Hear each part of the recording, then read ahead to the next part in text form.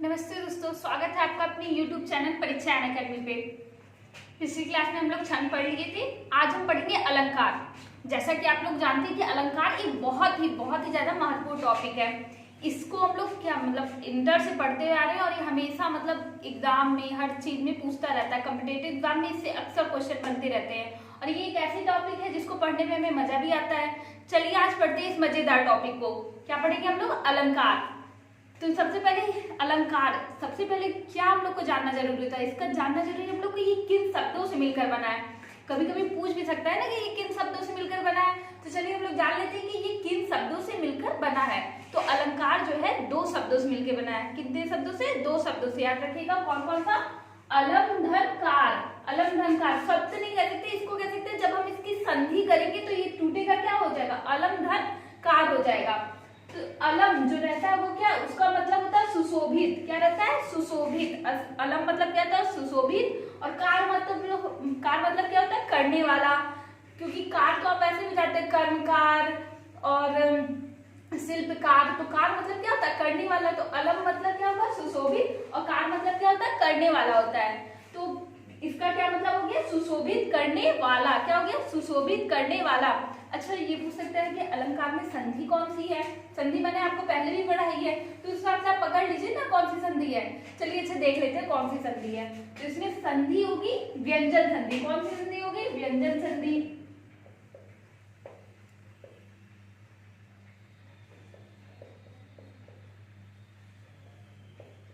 तो दोस्तों इसमें कौन सी संधि होगी? व्यंजन संधि। अच्छा, व्यंजन संधि हुई कैसी है ये समझ लेते हैं। तो व्यंजन संधि आप देख रहे हैं यहाँ लास्ट में क्या हो रहा है? म, यानी ये क्या है?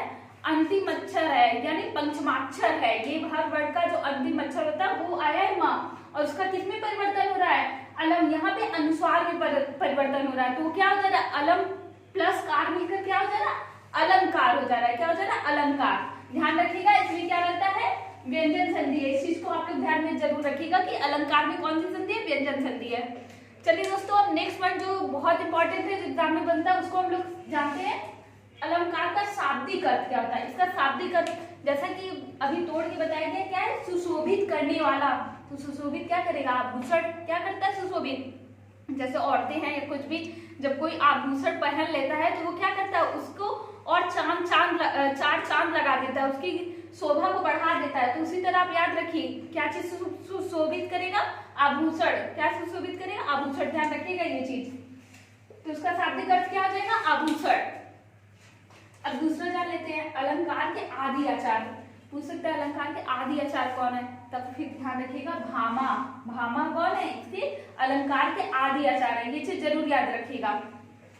अब सबसे इंपॉर्टेंट जो बचपन से रटी रटाई जाने वाली परिभाषा हम लोग पढ़ते आ रहे हैं, काव्य की शोभा बढ़ाने वाले तत्वों को अलंकार कहते हैं। क्या कहते हैं? काव्य की शोभा बढ़ाने वाले तत्वों को अलंकार कहते हैं। ये हम लोग मतलब जब से अलंकार सब लोग पढ़ना शुरू करे होंगे, आप लोग ये वाली लाइन तो जरूर सुनते होंगे। मतलब ये परिभाषा, काव्य की शोभा बढ़ाने वाले तत्वों को अलंकार करते हैं।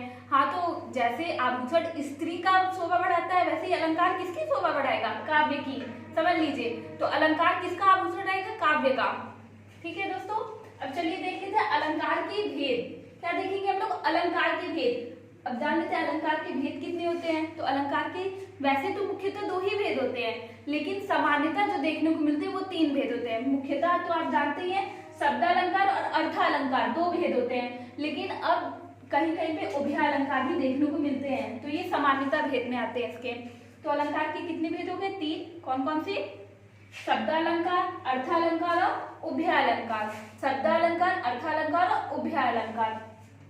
तो ये हो गए अलंकार के भेद। तो हम लोग के एग्जाम में जो ज्यादा बनता है क्वेश्चन, जिसको हम लोग ज्यादा पढ़ते हैं, वो होता है शब्दालंकार और अर्थालंकार। इन्हीं दोनों से क्वेश्चन बनते हैं। इन्हीं दोनों के कई भेद हैं। इन्हीं से अक्सर एग्जाम में उदाहरण दे देगा, क्वेश्चन पूछ लेगा। अधिकतर उदाहरण ही देखने को मिलेगा, उसमें पूछ लेगा कौन सा अलंकार है। तो आज हम लोग इसी को पढ़ेंगे। आज सबसे पहले पढ़ेंगे हम लोग शब्दालंकार। क्या पढ़ेंगे? शब्दालंकार। तो चलिए दोस्तों जान लेते हैं शब्दालंकार कहते किसे हैं। शब्दालंकार नाम से हो जा रहा है शब्दों को अलंकार। शब्दों को अलंकार करने वाला, यानी पंक्तियों में केवल शब्दों के द्वारा चमत्कार होता है। यानी जहां पंक्तियों में केवल शब्दों के द्वारा चमत्कार हो, वहां कौन सा अलंकार होगा? शब्दालंकार होगा। समझ रहे हैं ना आप लोग। जहां पंक्तियों में केवल शब्दों के द्वारा चमत्कार हो वहां शब्द अलंकार होगा। नाम में भी है शब्द अलंकार। अगर परिभाषा में दे दिया कि अगर बाय चांस दे दिया कि इसमें अर्थों के द्वारा अलंकार होता है, शब्दों के द्वारा अलंकार होता है, वाक्यों के द्वारा अलंकार होता है, तो आप लोग क्या मानेंगे? शब्द अलंकार है तो शब्दों के द्वारा अलंकार होता है। चलिए दोस्तों, शब्द अलंकार के जो भेद हम लोग को पढ़ने रहते हैं, इनसे क्वेश्चन जिनसे ज्यादा क्वेश्चन बनते रहते हैं एग्जाम में, उसको जान लेते हैं। तो इसके कितने भेद होते हैं? वैसे तो आपको इसके भी 3 भेद अधिकतर देखने को मिलते हैं। कौन कौन से? अनुप्रास, यमक, श्लेष। कौन कौन से? अनुप्रास, यमक, श्लेष। लेकिन इसका एक और भेद होता है वक्रोक्ति, वो भी उससे भी एग्जाम में क्वेश्चन बनते हैं। तो कौन कौन से हो गए इसके 4 भेद? शब्द अलंकार के भेद हो गए, पहला अनुप्रास, दूसरा यमक, तीसरा श्लेष, चौथा वक्रोक्ति। फिर से ध्यान दीजिएगा, अनुप्रास, यमक, श्लेष और वक्रोक्ति, ये 4 किसके हैं? शब्द अलंकार। अब जरूरी नहीं है कि आपको उदाहरण दे दे, हो सकता है ऑप्शन में दे दे शब्द अलंकार के भेद है। हाँ, मान लीजिए दे दिया, एक अनुप्रास दे दिया, बाकी 3 दे दिया अर्थ अलंकार का, तो आप पकड़ लेंगे कि शब्द अलंकार का कौन सा भेद है? अनुप्रास। हो सकता है तीन अनुप्रास का दे दे और पूछ ले कौन नहीं है, तब भी आप बता लेंगे। तो ये आपको जानना जरूरी है, कौन कौन सा? अनुप्रास, यमक, श्लेष, वक्रोक्ति। अनुप्रास, यमक, श्लेष, वक्रोक्ति। चलिए दोस्तों, अब इसको हम लोग एक एक करके डिटेल में पढ़ेंगे। सबसे पहले हम लोग अनुप्रास अलंकार पढ़ेंगे। चलिए इसको देख लेते हैं हम लोग। चलिए दोस्तों, अब हम लोग देखें अनुप्रास अलंकार। कौन सा अलंकार देखेंगे? अनुप्रास अलंकार। शब्द अलंकार के भेद चल रहे थे, जिसमें मैंने आपको 4 अलंकार बताए थे। तो सबसे पहला क्या था? अनुप्रास। तो उसको हम लोग देख लेंगे। तो अनुप्रास अलंकार में क्या होता है? जहां वर्डों की आवृत्ति हो। अनुप्रास में क्या होता है? वर्डों की आवृत्ति होती है। इस चीज को ध्यान रखिएगा, अनुप्रास में वर्डों की आवृत्ति होती है, ठीक है। और इसका उदाहरण देखिए, जैसे मुदित महीपति मंदिर आए, सेवक सचिव सुमंत बुलाए।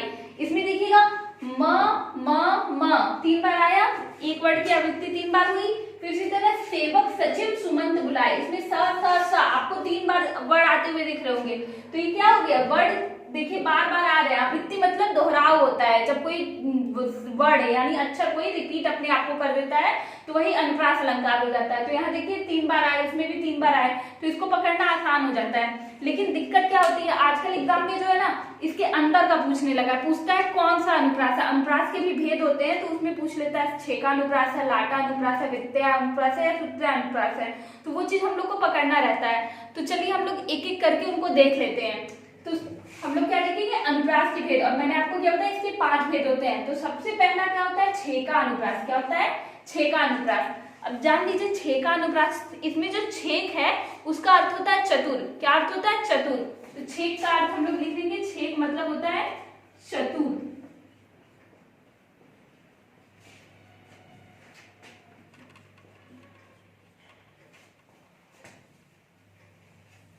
छेक का क्या अर्थ होता है? चतुर। यानी ये अलंकार किसको प्रिय था? चतुर लोगों को। ये अलंकार चतुर लोगों को प्रिय था, इसलिए इस अलंकार का नाम क्या पड़ गया? छेका अनुप्रास। क्या पड़ गया? छेका अनुप्रास।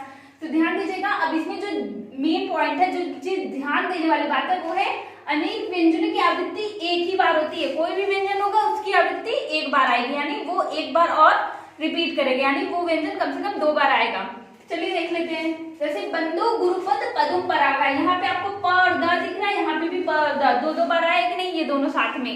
तो ये कौन सा हो जाएगा? छेका अनुप्रास। अब देख लेते हैं, सपने सुनहले मन भाए, इसमें आपको स दिख रहा है कि नहीं? यहाँ भी ये क्या हो गया? 2 बार आ गया। तो यहाँ कौन सा अनुप्रास हो गया? छेका अनुप्रास। तो ध्यान दीजिएगा, अनेक व्यंजनों की आवृत्ति एक बार होगी। कितनी बार होगी? एक बार। ये किसका खासियत है? ये खासियत है आपके छेका अनुप्रास की। और ये चतुर लोगों का प्रिय अलंकार है, इसलिए इसका क्या नाम रखा गया? छेका अनुप्रास। चलिए अब ध्यान देते हैं दूसरे अनुप्रास अलंकार पे। कौन सा? वृत्तीय अनुप्रास। कौन सा? वृत्तीय अनुप्रास। वृत्तीय अनुप्रास में क्या चीज होता है?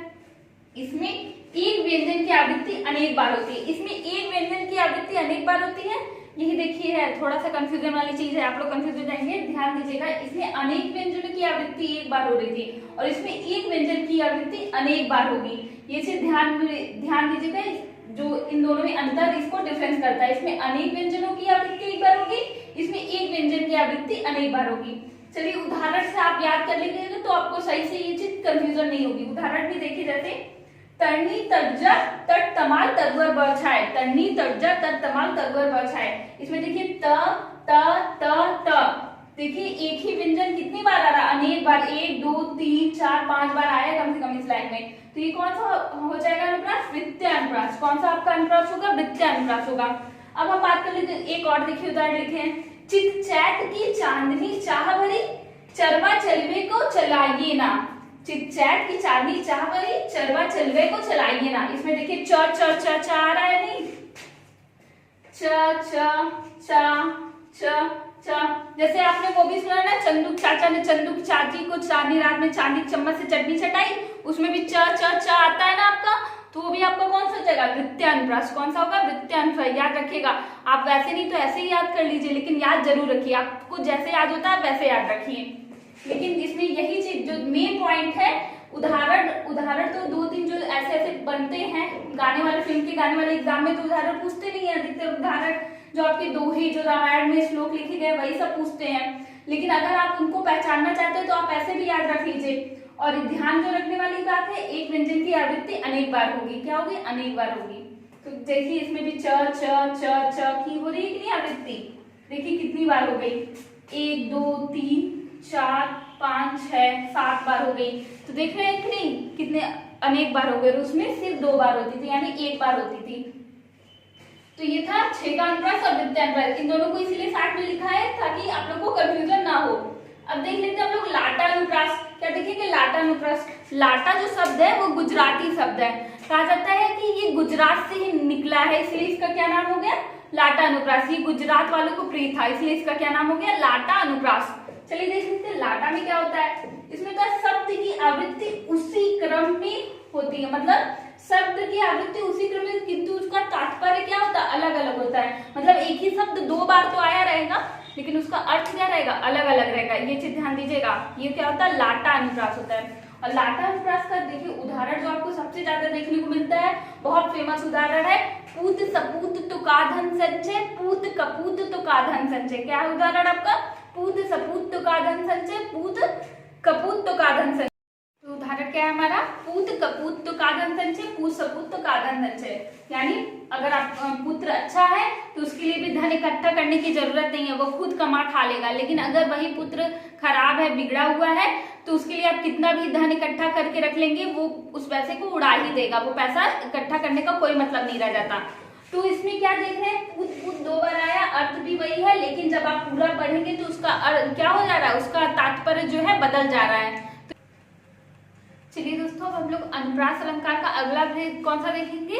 अंत्य अनुप्रास। कौन सा? अंत्य अनुप्रास। अंत्य अनुप्रास में क्या होता है? इसमें अंत में तुक मिलते हैं, अंत में अंत। देखिए अंत्य अनुप्रास है, अंत्य आ रहा है ना, तो अंत में तुक, यानी वर्ड जो रहेंगे वर्डों में साम्यता पाई जाती है। साम्यता यानी समानता मिलती है। जैसे यहाँ देख लीजिए ना, अंत में तुक मिलता है। तुक तो जानते हैं ना, गाना में जैसे तुक होता है, तुक बंदी होती है, राइम इंग्लिश में बोलते हैं राइम, वैसे ही इसमें भी तुक मिलेगा। जैसे देखिए, आशुतोष तुम अवगढ़ दानी, आरती हरहूं दिन जनु जानी। देखिएगा इसमें यहाँ पे लास्ट में दानी और जानी तुक मिल रहा है कि नहीं? इसी कहते हैं लास्ट में जहां तुक मिले वहां पे कौन सा होगा? अंत्य अनुप्रास। देखिए जैसे एक और है, कौन सा? खीर पकाई जतन से, चरखा दिया चलाए, आया कुत्ता खा गया, तू बैठी ढोल बजाए। इसमें चलाए और जाए में देखिएगा क्या है? अंत में साम्यता मिलती है।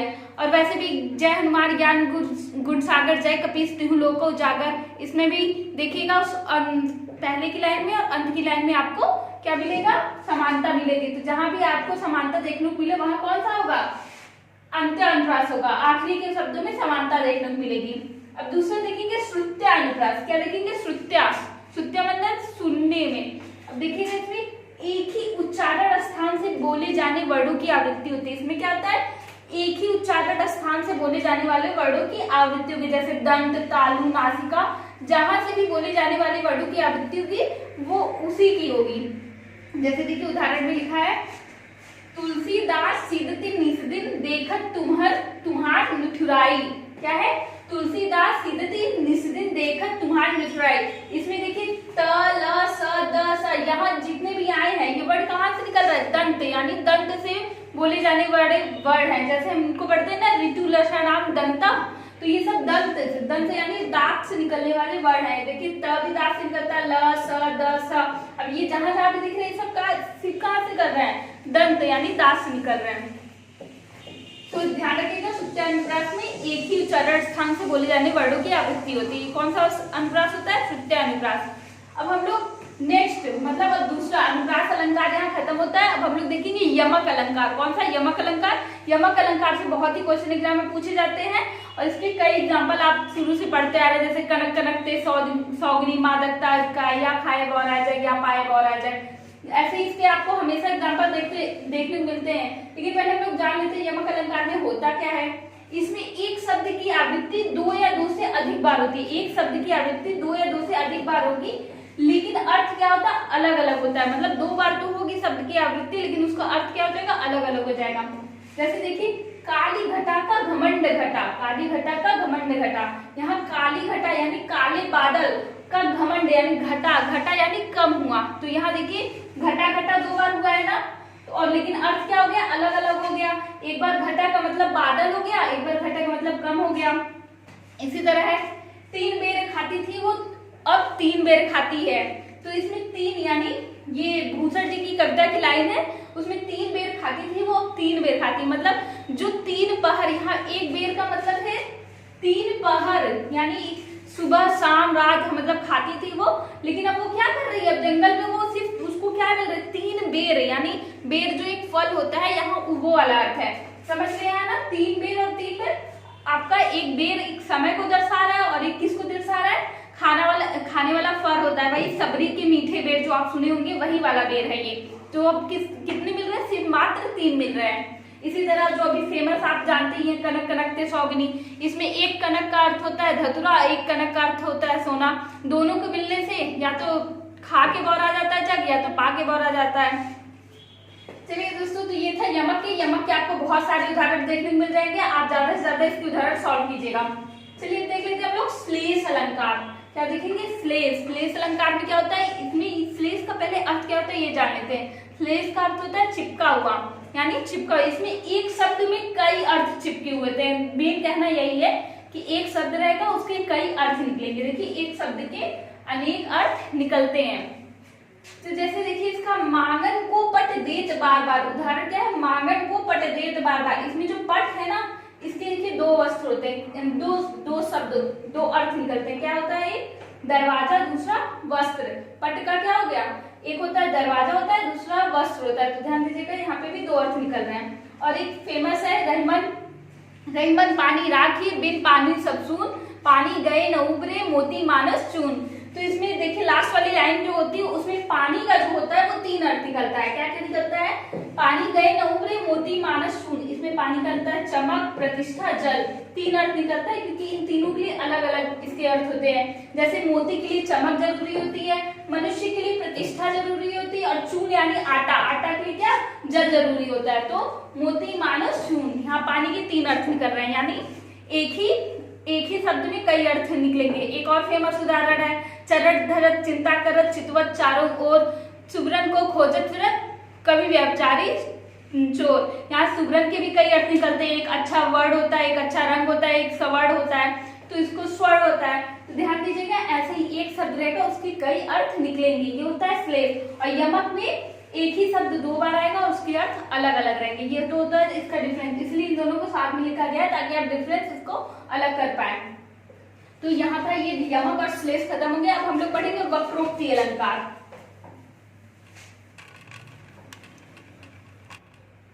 दोस्तों अब हमारा जो शब्दालंकार चल रहा था, शब्दालंकार का जो आखिरी है वो क्या है, वक्रोक्ति अलंकार। तो चलिए देख लेते हैं वक्रोक्ति अलंकार में क्या होता है। इसमें यहाँ वक्ता, पहले से जान लेते हैं वक्रोक्ति का अर्थ क्या होता है। वक्र का मतलब होता है टेढ़ा, उक्ति का मतलब होता है विचार, यानी यहाँ पे टेढ़ा विचार होता है। जैसे देखिए यहाँ वक्ता कहता तो कुछ और है, लेकिन श्रोता जो सुनने वाला होता है वो समझता कुछ और है। यानी जो कहने वाला कहे कुछ और सुनने वाला समझे कुछ और, उसका अलग ही अर्थ निकाल दे। चलिए इसको उदाहरण से अच्छे से समझ लेते हैं। उदाहरण जैसे है पशुपाल कहाँ सजनी, है पशुपाल कहाँ सजनी, वृंदावन धेनु चराए रहे। इसमें देखिए जो पशुपाल है इसके 2 अर्थ हैं। एक शिव जी यानी पशुपति, हम लोग बोलते हैं ना शिव जी को पशुपति बोलते हैं, और विष्णु जी भी पशुपाल होते हैं, मतलब पशुओं को पालने वाला आता है, विष्णु जी भी होते हैं। अब देखिए ये पूछा कौन गया है, मतलब पूछ कौन रहा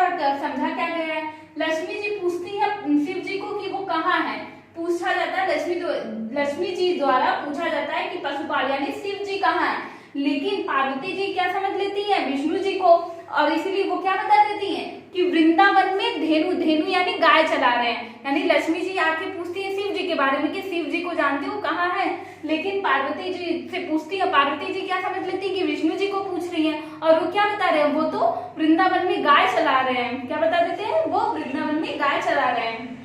तो इसमें देखिए कहा कुछ और जाना है, समझा कुछ और जाना है।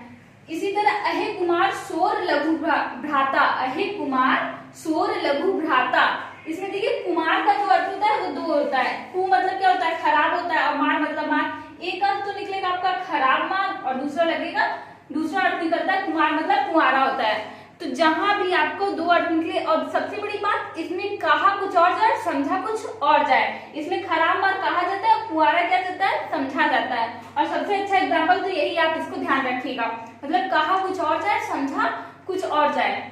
तो दोस्तों ये था वक्रोक्ति अलंकार। आज हम लोग ने शब्द अलंकार पढ़ लिया, उसके सारे भेद पढ़ लिए। नेक्स्ट वीडियो में हम लोग अर्थ अलंकार पढ़ेंगे, उसके भेद पढ़ेंगे। तो आज की टॉपिक हमारी यहीं समाप्त होती है। अगर आपको कोई भी डाउट हो तो कमेंट सेक्शन में जरूर पूछिएगा।